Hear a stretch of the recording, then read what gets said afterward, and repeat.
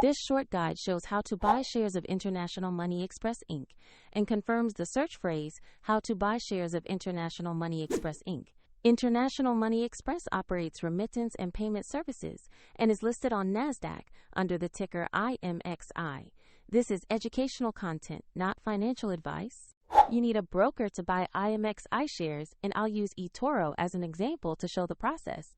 After registering, you must verify your account, usually by uploading a government ID, and then add funds to your account before you can place a trade. Use the platform search bar and type the ticker IMXI to find the stock. Make sure you select the correct International Money Express listing on NASDAQ from the search results.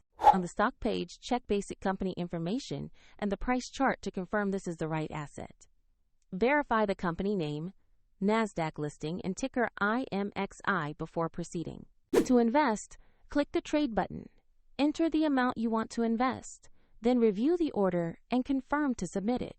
If the market is closed, the order will execute when trading reopens. If your balance is insufficient, the platform will prompt you to add funds before confirming the purchase. Your new IMXI position will appear in your portfolio once the order fills. For convenience, the eToro link is in the description if you want to follow the same steps.